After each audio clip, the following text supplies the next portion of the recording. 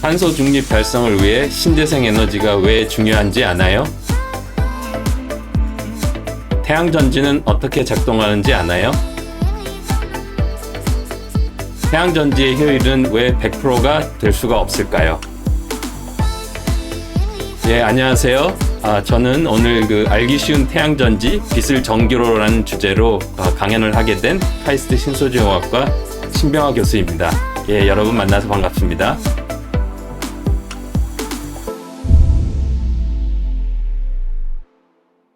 저는 오늘 여러분에게 알기 쉬운 태양전지, 빛을 전기로라는 주제로 강연을 하게 된 카이스트 신소재공학과의 신병화 교수입니다. 예, 여러분 이렇게 만나서 반갑습니다. 자, 여기 지도를 보시면 이렇게 나라별로 색깔이 칠해 있고 여기 테이블에 중국, 미국, 인도, 러시아 이런 순서로 이렇게 숫자가 적혀 있습니다. 혹시 이 숫자가 뜻하는 바가 뭔지 예상이 가능할까요? 예, 아마 몇몇 학생들은 답을 맞추셨을 것 같은데 여기서 나타나는 숫자는 바로 나라별 연간 에너지 소비량입니다. 보시면 중국이 에너지를 상당히 많이 쓰고 있죠. 그리고 저희 나라도 이렇게 내려와 보면 전 세계에서 한 7번째로 에너지를 많이 쓰는 나라입니다. 그런데 저희가 중국과 우리나라의 인구의 차이를 생각해 보면 중국이 저희보다 인구가 20배 많은데 에너지 사용량은 20배만큼 되지는 않아요. 즉 만약에 이 에너지 사용량을 사람 수로 나눈다면 우리나라는 1인당 에너지 사용량이 상당히 많은 나라입니다. 그건 이유를 생각해 보는 건 그렇게 어렵지는 않겠죠. 우리나라는 아무래도 산업, 수출 위주이기 때문에 산업에서 에너지를 많이 쓰고 있겠죠. 그럼 제가 이제 그림을 하나 더 보여드리겠습니다.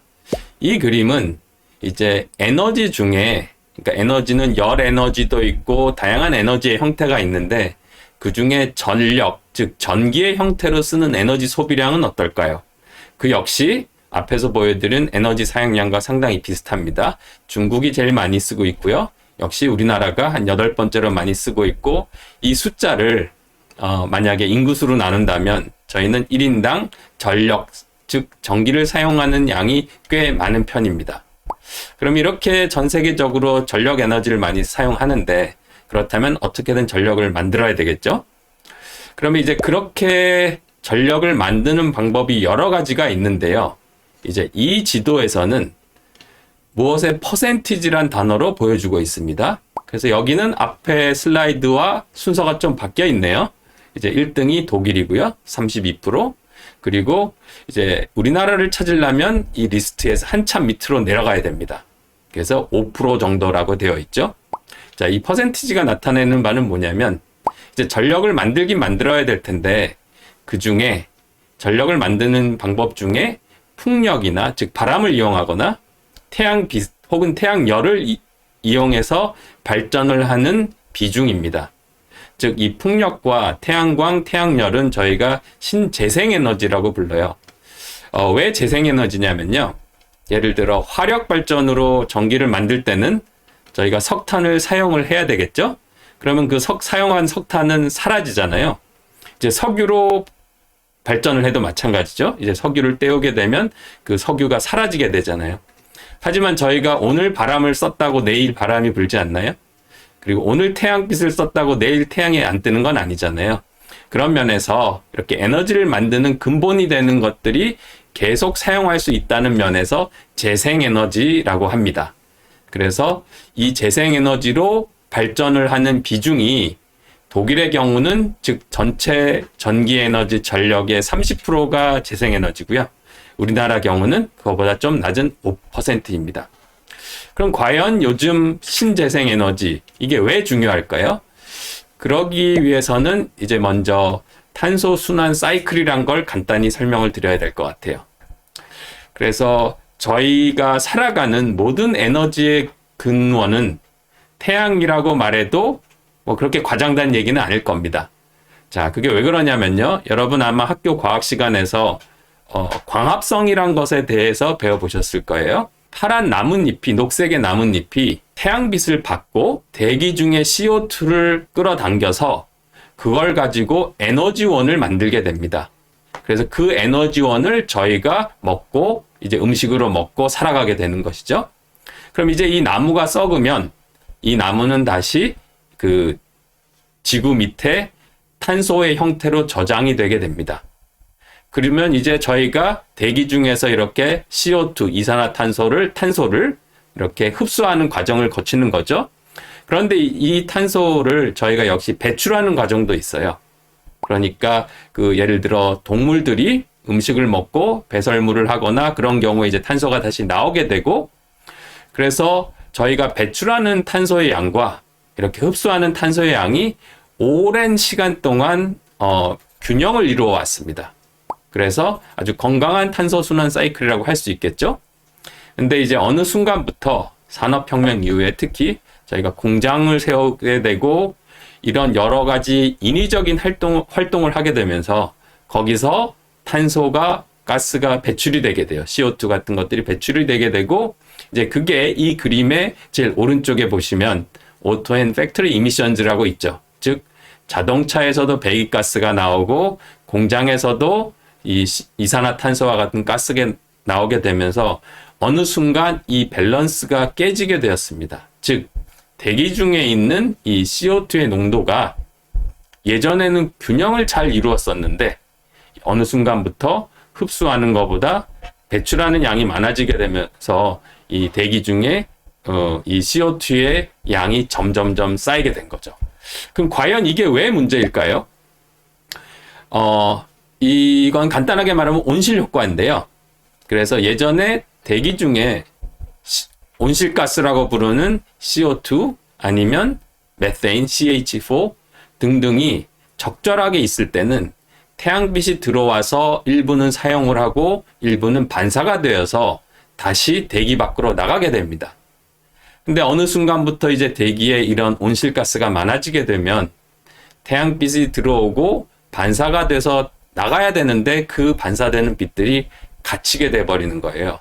즉 여러분이 겨울에도 여름철 과일을 먹을 수 있는 게 즉 비닐하우스를 통해서 온실을 만들었기 때문이잖아요. 따뜻하게 겨울임에도 불구하고. 그래서 어떻게 얘기하면 지구 전체가 온실이 되어버리는 거죠. 그럼 당연히 어떻게 될까요? 지구의 온도가 점점 더 올라가게 되겠죠. 그래서 지구온난화의 원인이 되는 겁니다. 그래서 이렇게 대기 중에 온실가스를 줄이는 게 중요한데요. 그러면 지구 중에 이렇게 축적되게 되는 온실가스는 도대체 어디서 많이 오게 되는 걸까요?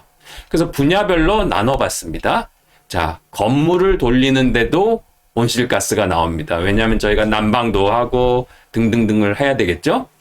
그리고 그 다음으로 많은 것들이 이제 오른쪽 두 번째 보이는 트랜스포트, 즉 수송. 저희가 자동차도 타고 비행기도 타고 이런 것들이 연료를 태우면서 가기 때문에 거기서 또 온실가스가 나오게 돼요. 그리고 이제 저희가 살아가는데 집도 있어야 되겠죠? 그러면 뭐가 필요한가요? 철도 필요하고 시멘트도 필요하죠.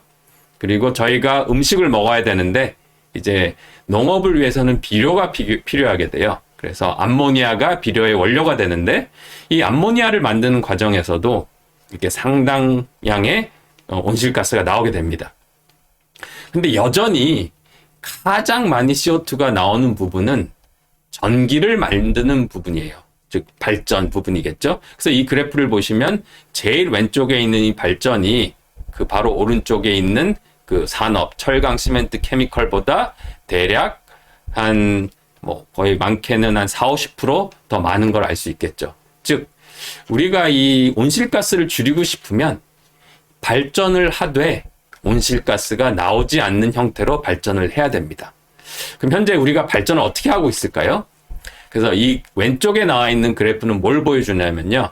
자, X축은 시간입니다. 연도입니다. 그러니까 95년부터 2000년까지 우리가 전력 에너지를 만들 때 어떻게 만들었는지 퍼센티지를 보여주고 있는 거예요.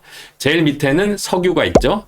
즉 석유를 때우면 열이 나오고 그 열로 수증기를 만들고 터바인을 돌려서 발전을 하게 됩니다. 천연가스도 마찬가지예요. 그리고 석탄도 마찬가지죠. 그럼 이 석유, 천연가스, 석탄은 모두 탄소를 포함하고 있는 연료를 태워서 열을 만들기 때문에 이 CO2가 나올 수밖에 없습니다. 그리고 그 위에 보면 이제 원자력, 수력, 그리고 재생에너지가 있죠. 이제 이 세 가지 발전 방법들은 온실가스가 나오지 않게 되는 거죠. 그래서 보시면 여전히 대부분의 발전은 석탄, 천연가스, 석유로 이루어져 있는데요. 이걸 저희가 지구온난화를 막으려면 전 세계의 사람들이 모여서 의논을 했습니다. 우리 2050년, 2030년, 빠르게는 2030년까지 탄소가 안 나오게 전력을 만들자. 그러려면 어떻게 해야 될까요? 위에 있는 원자력, 수력, 그리고 특히 재생에너지가 점점 중요하게 되겠죠. 그러면 왜 지금은 이렇게 재생에너지가 많지가 않을까요? 예, 비싸서 그렇습니다. 그러니까 화력발전소로 전기를 만드는 게 이 태양광으로 발전을 하는 것보다 훨씬 많이 싸기 때문이에요. 근데 이 얘기는 더 이상 진실은 아닙니다. 일부 나라에서는 여기 보시면 예를 들어 미국, 중국 이런 데서는 이 아래에 그래프가 보이시죠? 이 그래프는 어떻게 이해하시면 되냐면 이 각각의 숫자들이 이 방식으로 전력을 만들었을 때 드는 비용이라고 생각하시면 됩니다. 여기 보시면 이미 미국의 경우에는 석탄으로 전력을 만들 때 그 가격이 117.3이라고 되어 있죠. 근데 그 제일 오른쪽에 보시면 44라고 되어 있는 태양광은 이미 석탄보다 가격이 더 싸죠. 그래서 일부 나라에서는 이미 이 신재생 에너지를 통한 전력 발전이 더 싸게 되었어요. 그럼 이제 앞으로는 어떻게 될까요? 예, 점점 더 이 신재생 에너지를 통한 발전이 커질 거라고 생각을 합니다. 카이스트 질문 다락방. 그래서 지금까지는 약간 과학적인 부분이라기보다는 정치적이나 정책적인 면에 대해서 이 신재생 에너지에 대해서 조금 얘기를 했고요. 그럼 이제 제가 그 질문을 드렸던 두 번째. 그럼 태양전지는 과연 어떻게 작동을 할까요? 그래서 거기에 대해서 한번 얘기를 한번 해볼게요.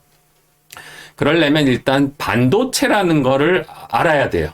그래서 이미 일부 학생들은 반도체를 어디선가 들어봤을 수도 있고 안 들어봤을 수도 있는데 아마 많은 학생들이 들어봤을 거라고 생각을 합니다. 요즘 뉴스에서 많이 나오죠. 우리 반도체 산업을 키워야 된다. 반도체의 인력을 키워야 된다. 이런 얘기가 많이 들리죠. 그럼 반도체가 뭘까요? 그러면 먼저 도체를 알아야 되는데요. 도체는 금속처럼 전기가 통하는 물질을 도체라고 합니다. 그럼 이제 전기가 통하지 않는 물질은 통하지 않는다. 한자로 부라는 말을 써서 부도체겠죠. 그래서 반도체는 말 그대로 반만 도체인 거예요. 그래서 상황에 따라서 전기가 흐르기도 하고 전기가 흐르지도 않는 그런 겁니다. 그래서 이 반도체는 여러분이 알다시피 모든 물질들은 원자가 있고 그 원자 주변에 전자가 있죠. 근데 이제 반도체에서는 우리가 아무런 일을 하지 않는다면 이 전자들은 원자 옆에 붙어 있습니다. 그래서 그 그림을 밑에 보시면 구속된 전자들이라고 되어 있죠. 즉, 저 말들은 전자가 마음대로 왔다 갔다 할 수 있는 게 아니고요. 그 원자 옆에 구속되어 있습니다. 즉, 그냥 아파트를 생각하시면 집에 다 들어가 있는 거예요. 근데 이 반도체라는 물질에 어떤 형태로 에너지를 가하게 되면 이 구속되어 있는 전자들이, 즉 원자에 묶여 있는 전자들이, 즉 아파트에서 비어 있는 높은 층으로 옮겨갈 수 있어요. 이제 이렇게 옮겨가게 되면 이 전자는 더 이상 어떤 원자에 구속되어 있지 않아서 우리가 뭐라고 부르냐면 자유로운 전자다라고 해서 자유전자라고 부릅니다. 그럼 이제 이 자유전자들은 마음대로 왔다 갔다 할 수 있어서 이게 바로 전기를 통하게 하는 원리예요. 근데 이제 반도체는 이 구속된 전자 상태에서 자유전자로 갈 때 그 아파트로 비유를 하면 몇 층을 뛰어 올라야 돼요. 그래서 이거를 영어로는 밴드 갭이라고 합니다. 즉, 이 밴드 갭에 해당하는 에너지에 더 큰 에너지가 주어졌을 때만 이 구속된 전자들이 저 위로 뛰어 올라갈 수 있는 겁니다. 그럼 이제 반도체에 어떤 형태로 저희가 에너지를 줄 수 있을까요? 열로 줄 수도 있을 거고, 또 하나의 다른 방식은 빛으로 줄 수 있습니다. 그러면 빛의 에너지는 뭔가요? 그러니까 여러분이 태양빛을 보면 대충 하얗게 보이죠? 근데 아마 그런 실험들을 해보셨을 거예요. 이제 삼각형으로 생긴 프리즘이라는 것으로 그걸 통해서 태양빛을 지나가게 하면 어떻게 되나요? 빛이 빨주노초 파남보로 이렇게 분리돼서 보이게 되죠. 이 색깔이 바로 이 빛의 에너지입니다. 그래서 보라색으로 갈수록 에너지가 크고요. 그래서 빨주노초 파남보에서 보라색이고요. 빨간색으로 갈수록 에너지가 작아요. 즉 빨간색의 빛은 작은 에너지, 그리고 보라색의 빛은 큰 에너지인데요. 만약에 이 반도체 밴드갭이 그 빨간색의 빛의 에너지와 보라색 에너지 빛의 사이 값이라고 할게요. 그러면 빨간 빛은 밴드갭보다 에너지가 작아요. 그러면 아무 일도 일어나지 않습니다. 그 빨간 빛은 그냥 이 반도체를 통과해 버려요. 그래서 여러분이 유리를 보면 유리는 투명하죠. 그 투명한 이유가 모든 빛이 유리를 통과하기 때문이에요. 그럼 어떨까요? 유리의 밴드갭은 클까요? 작을까요? 아까 밴드갭보다 작은 빛은 통과한다고 했잖아요. 그래서 유리의 빛은 상당히 크고요. 그래서 우리가 볼 수 있는 가시광선, 빨주노초 파남보에서 보라색 빛의 에너지보다도 유리는 밴드갭은 더 큽니다. 즉 빨주노초 파남보 모든 빛은 통과를 해버리기 때문에 우리 눈에는 투명하게 보이는 거죠. 그럼 아까 그 처음 예제, 즉 밴드갭이 빨간빛과 보라색빛의 사이일 때 빨간빛은 통과를 하고 보라빛은 이제 밴드갭보다 에너지가 크니까 보라빛은 이 물질에 흡수가 되고요. 투과하지 않고 흡수가 되고 그 에너지로 자유전자를 만들게 됩니다. 즉 이런 식으로 빛과 반도체가 서로 그 인터액션을 하게 되는 거죠.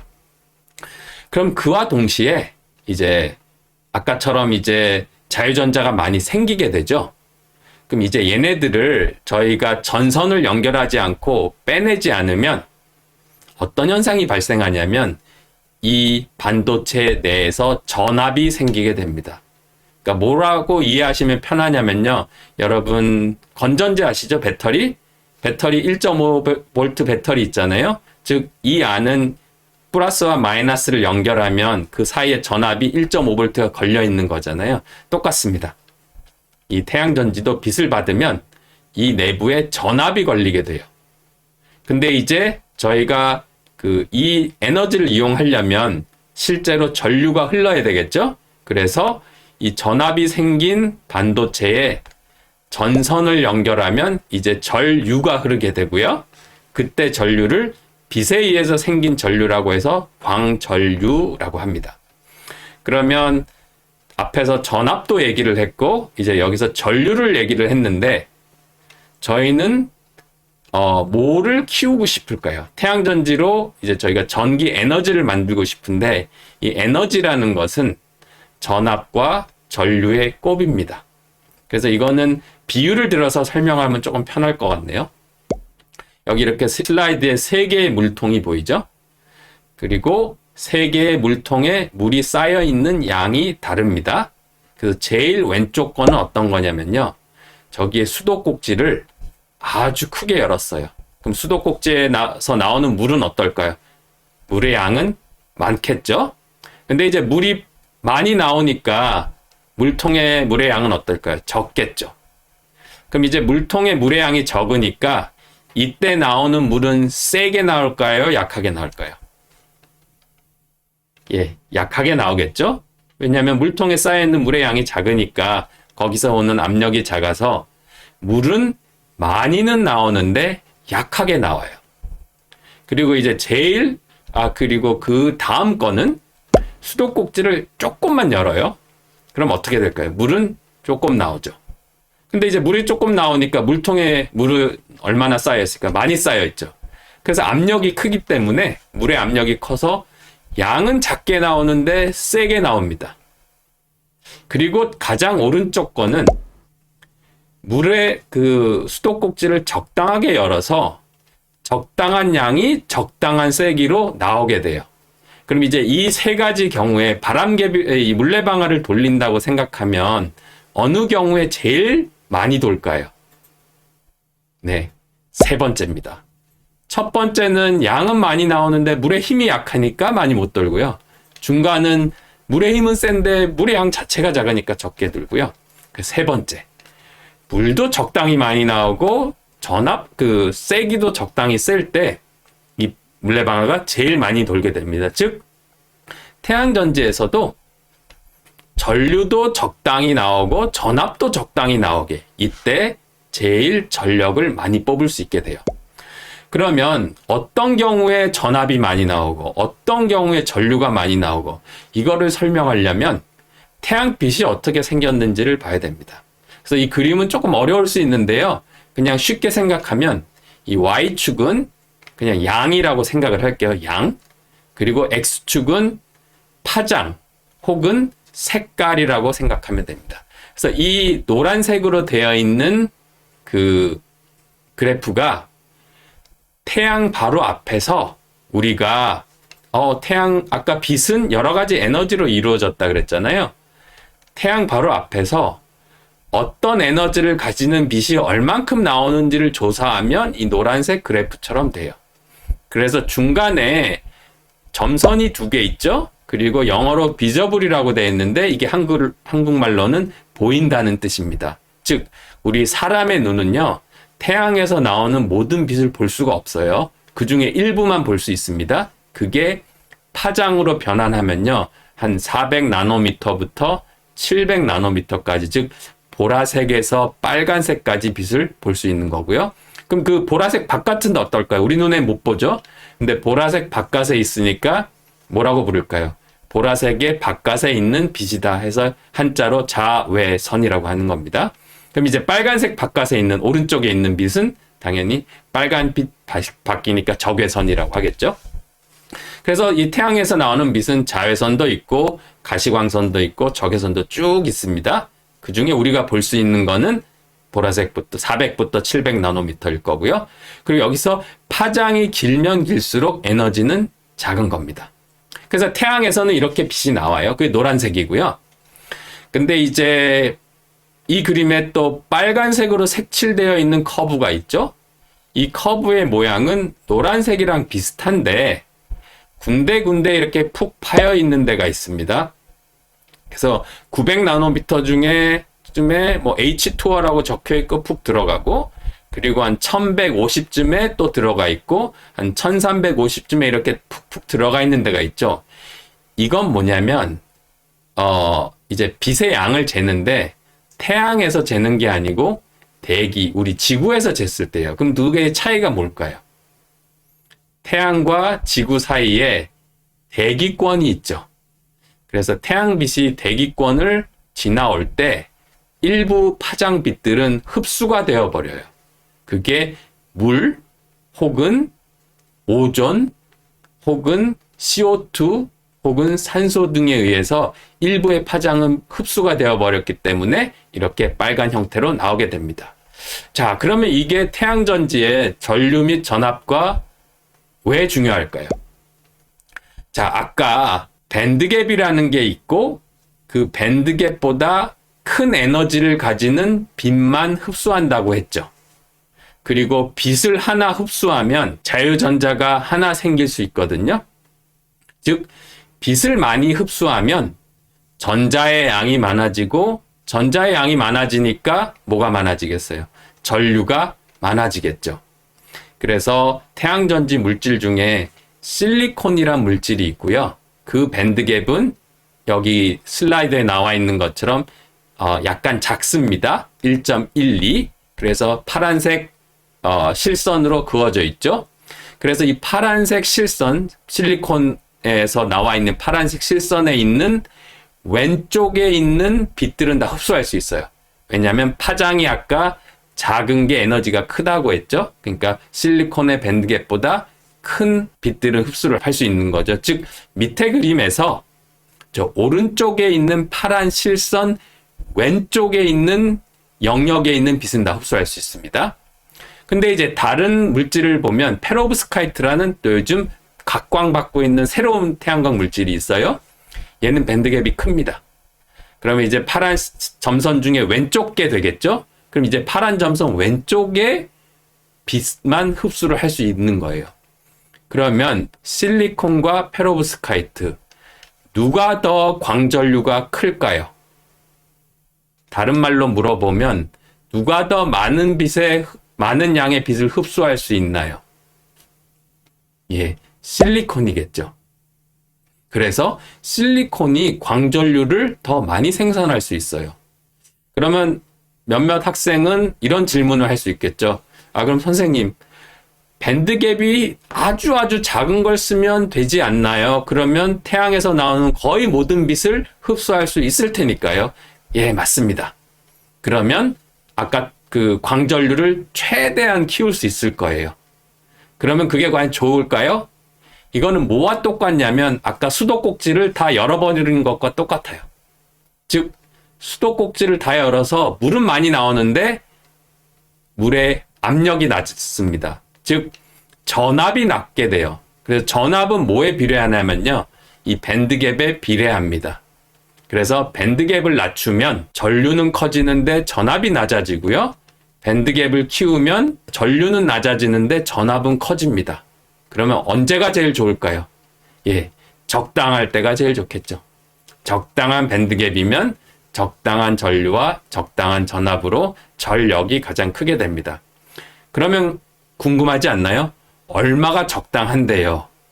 그래서 여러분들이 궁금한 것처럼 거의 70년대 전에 과학자들도 궁금했었습니다.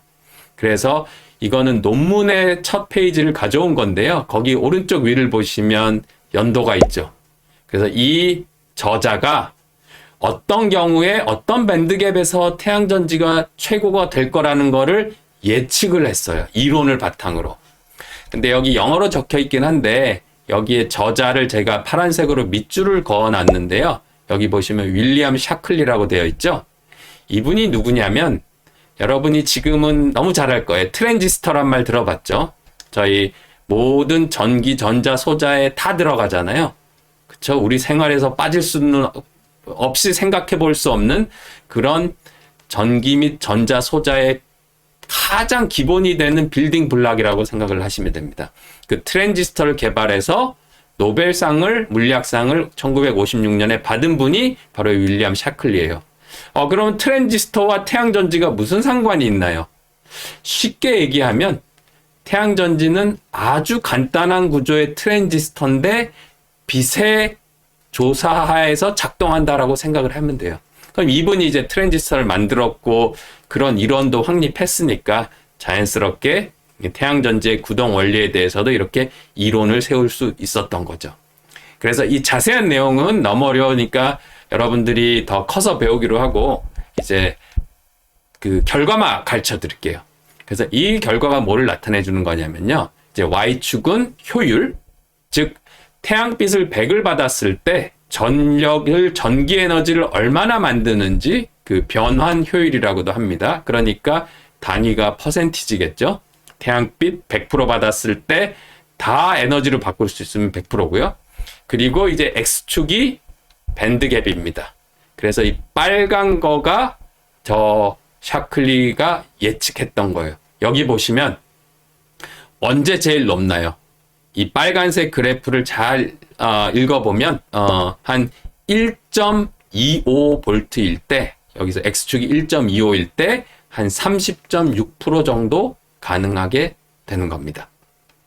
근데 이거는 언제냐면요, 태양전지가 만약에 우주에 있을 때 얘기예요. 근데 아까 태양빛이 어떻게 된다 그랬죠? 저희는 태양전지는 지구에 있으니까 대기를 뚫고 들어와야 되잖아요. 그렇게 되면 일부의 빛은 흡수가 되죠. 아까 일부 파장들은. 그래서 이 파락 모양, 약간 울퉁불퉁하죠? 이게 왜 그러냐면 일부의 파장들은 흡수가 되어버렸기 때문에 그렇습니다. 그래서 이제 만약에 태양전지가 대기 안에 있다면 밴드갭이 한 1.34일 때 이론적으로 33.7%까지 가능합니다. 그래서 저게 이론적인 최고 효율이에요. 근데 이론적인 최고 효율은 실생활에선 달성하기 조금 어렵다라고 생각을 해도 되겠죠?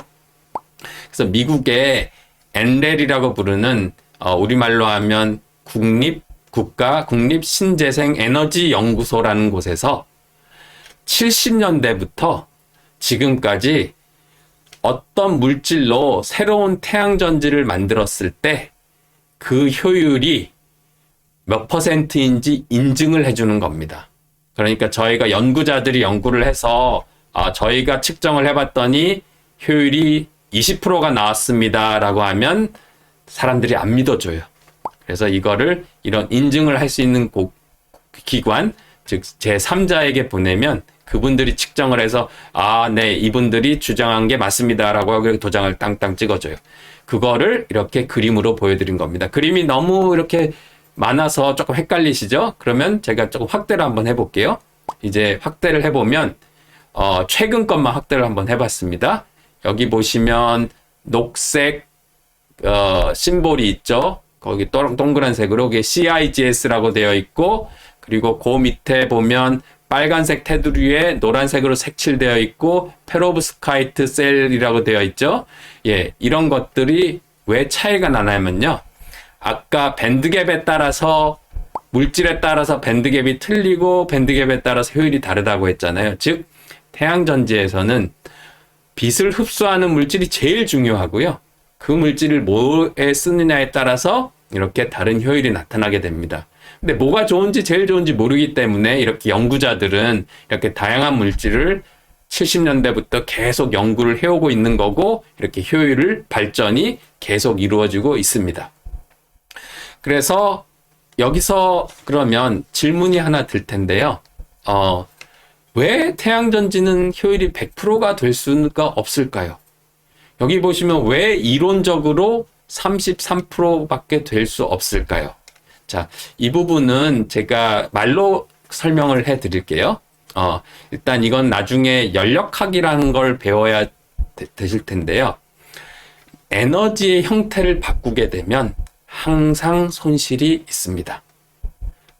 간단한 예로 여러분이 나무와 나무 두 가지의 물체를 이렇게 계속 붙여놓고 비비게 되면 어떻게 되죠? 열이 나오게 되죠. 그걸 마찰열이라고 하는데요.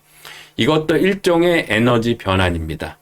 여러분이 기계적인 에너지, 즉 이렇게 힘을 써서 왔다 갔다 하는 거를 열 에너지로 바꾸게 된 거죠. 그럼 나중에 이 과정을 통해서 얻은 열 에너지와 여러분이 이렇게 두 물체를 비비게 하는 그 행동에 쓰이는 에너지를 비교해 보면 얻게 되는 열 에너지가 작게 돼요. 그래서 연력학에 의하면 에너지가 변환될 때 항상 그 손실이 있습니다. 그래서 100%가 될 수가 없고요.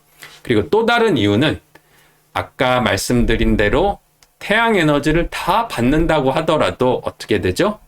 일부 빛은 흡수를 못하게 되죠. 밴드갭보다 작은 빛은 그냥 투과를 하게 되잖아요. 그래서 그 에너지는 다 버리게 되는 겁니다. 그래서 그런 이유로 태양전지의 에너지 효율은 이론적으로 34% 정도밖에 얻을 수는 없는 겁니다. 하지만 34%도 큰 거죠. 그렇지 않으면 우리는 그냥 저 태양 에너지를 다 버리고 있는 거잖아요. 자, 그러면 그 얘기를 했는데 이 슬라이드 하나만 앞으로 가볼게요. 여기 오른쪽 위를 자세히 보시면 효율이 40%가 넘는 애들이 있어요. 아까 이론적으로는 효율이 4%라고 했는데 얘는 도대체 뭔가요? 그 이론이 틀린 건가요? 자, 그게 그 답을 이제 설명을 드릴게요. 카이스트 질문 다락방. 자, 저 60년대에 저 이론 논문에서 계산을 했을 때는 빛을 흡수하는 물질이 하나일 때입니다. 그래서 그걸 한자를 써서 단일 접합 태양전지라고 하는 거예요. 빛을 흡수하는 물질이 하나만 있을 때. 근데 한번 생각을 한번 해볼게요. 그럼 만약에 밴드갭이 다른 두 물질을 위아래로 쌓으면 어떻게 될까요? 그래서 위에 밴드갭이 큰 물질, 아래에 밴드갭이 작은 물질을 넣으면 어떻게 될까요? 그러면 어떻게 되죠? 위에서 에너지가 큰 빛을 흡수하겠죠. 그럼 에너지가 낮은 빛은 어떻게 되나요? 투과를 하죠. 그럼 이제 그 빛을 누가 흡수하면 되냐면요. 밑에 밴드갭이 작은 물질이 흡수를 하면 태양 스펙트럼을 더 많이 흡수를 할 수 있습니다. 그와 동시에 이 두 태양 전지를 직렬로 연결해요. 여러분이 건전지 두 개 직렬로 연결하면 어떻게 되나요? 전압이 1.5V, 1.5V 배터리 두 개 직렬 연결하면 전압이 2배가 되죠? 똑같이 전압은 더해집니다. 즉, 더 많은 태양 스펙트럼을 흡수해서 전류도 올리고 전압은 두 개가 더해지니까 올라가고, 그래서 이걸 두 개를 쌓았다. 영어로 텐덤 태양전지라고 하고요. 이렇게 되면 이론적으로 45% 이상도 가능합니다. 그래서 아까 앞에서 보여드렸던 그 40%의 태양전지들은 이렇게 두 층, 심지어 세 층, 네 층도 쌓을 수 있습니다. 그럼 더 올라가겠죠? 그렇게 여러 층을 쌓은 태양전지입니다.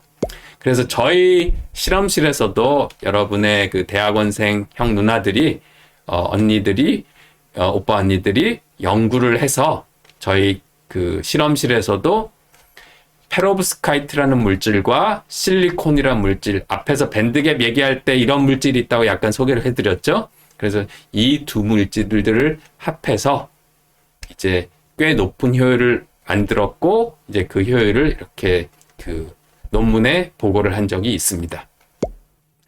그러면 근데 이제 여러분이 막상 저도 태양전지 이렇게 좋네요. 신재생 에너지니까 그 CO2 가스도 안 나오고 저희 집에도 설치하고 싶습니다. 어떻게 하면 되나요? 그래서 이렇게 검색 창에서 태양전지 모듈이라고 쳐보면 이렇게 나올 거예요. 여기 보시면, 자세히 보시면 무언가 이렇게 하얀 선들로 구별이 되어 있죠? 저게 사실은 앞에서 보여드린 그 태양전지들을, 셀을 여러 개를 만든 거예요. 즉, 셀이라고 하면 작은 그 규모의 태양전지인데요. 여기서 나오는 전압은 작습니다. 왜냐하면 아까 밴드갭이 한 1에서 1.5 사이에서 효율이 높으니까 1에서 1.5 사이 되는 밴드갭을 주로 사용하는데요. 그러면 태양전지에서 나오는 전압이 1V가 채 안 되거든요. 근데 1V가 안 되면 전압이 낮기 때문에 얘네들을 큰 판에다가 차곡차곡 붙여요.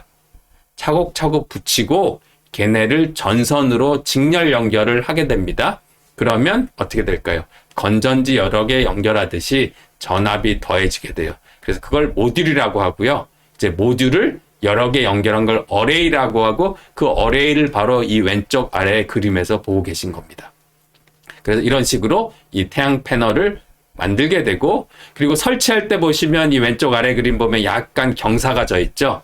경사는 왜 져 있을까요? 예. 태양빛이 항상 하늘 꼭대기에 있는 게 아니잖아요.